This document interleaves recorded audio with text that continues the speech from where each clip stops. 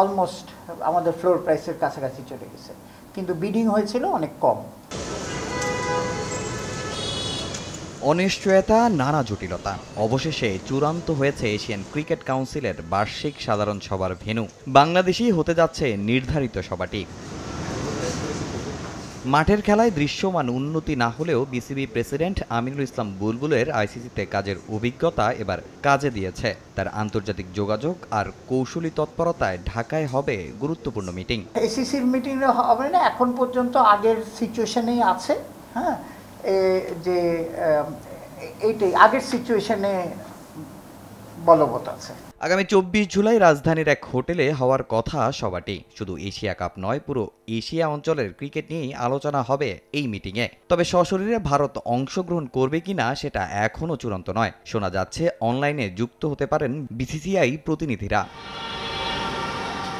এদিকে পাকিস্তান সিরিজের সম্প্রচার সত্য নিয়ে জটিলতা কেটেছে বিসিবির। তবে মাত্র 4 কোটি টাকা বিড প্রাইস রাখলেও সেই মূল্য পাচ্ছে না বোর্ড। এটা ডিফারেন্ট কোম্পানি নিয়েছে। বাংলাদেশের জন্য একজন নিয়েছে, পাকিস্তান মিনার জন্য একজন নিয়েছে, ইউকে ইউরোপের জন্য একজন নিয়েছে।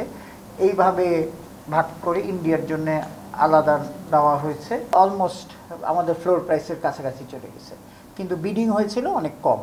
বোর্ড কর্তারা স্বীকার না করলেও বাংলাদেশ দলের টানা ব্যর্থতার জন্যই সম্প্রচার সত্য নিয়ে শুরুতে তেমন আগ্রহ দেখায়নি কোনো প্রতিষ্ঠান। দলের মধ্যেও পেশাদারিত্বের অভাব।